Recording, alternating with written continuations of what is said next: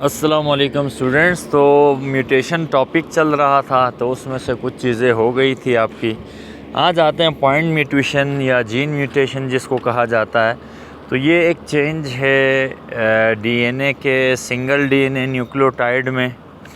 तो इसको हम पॉइंट म्यूटेशन कहते हैं। अब इसकी मुख्तलिफ़ टाइप्स है हमारे पास।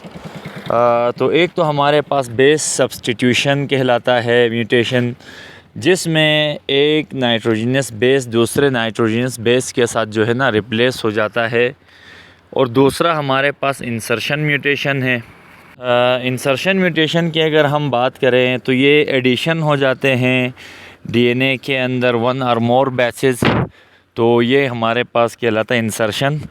एक होता है फ्रेम शिफ्ट म्यूटेशन, जिसमें एक या मोर न्यूक्लियोटाइड्स ऐड और डिलीट हो जाते हैं।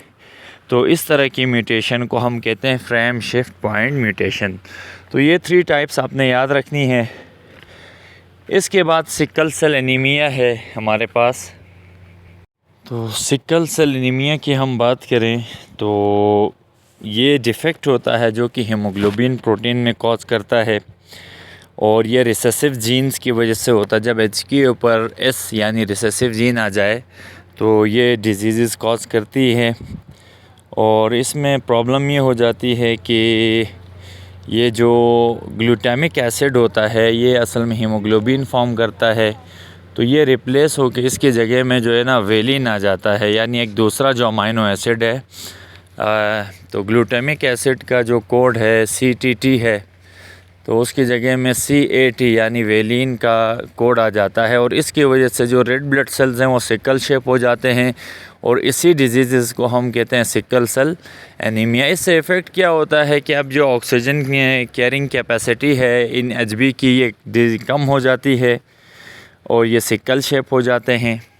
और ये जो सिकल सेल एनीमिया है ये बोथ पेरेंट्स से यानी ऑफस्प्रिंग्स में इनहेरिट हो सकता है।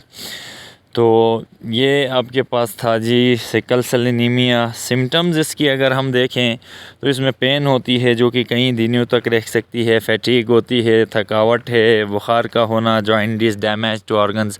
तो ये सारे इसकी अलामात में से हैं। ट्रीटमेंट्स की अगर हम बात करें तो ट्रीटमेंट सिकल सेल एनीमिया के लिए ब्लड ट्रांसफ्यूजन है कि ब्लड ज़्यादा से ज़्यादा इनको ट्रांसफ्यूज़ किया जाए, डोनेट किया जाए। मेडिसिन्स दी जाती हैं पेन के लिए, और प्लेंटी ऑफ फ्लूइड्स दिए जाते हैं।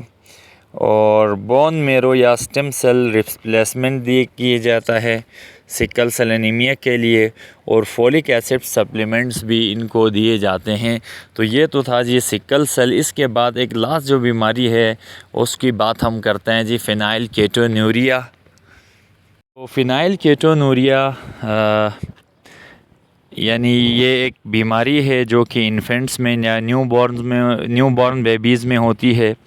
यहाँ क्या होता है, एक एंजाइम होता है जो डिफेक्टिव हो जाता है, जो फिनाइल एनिलीन को कन्वर्ट करता है टायरोसिन में।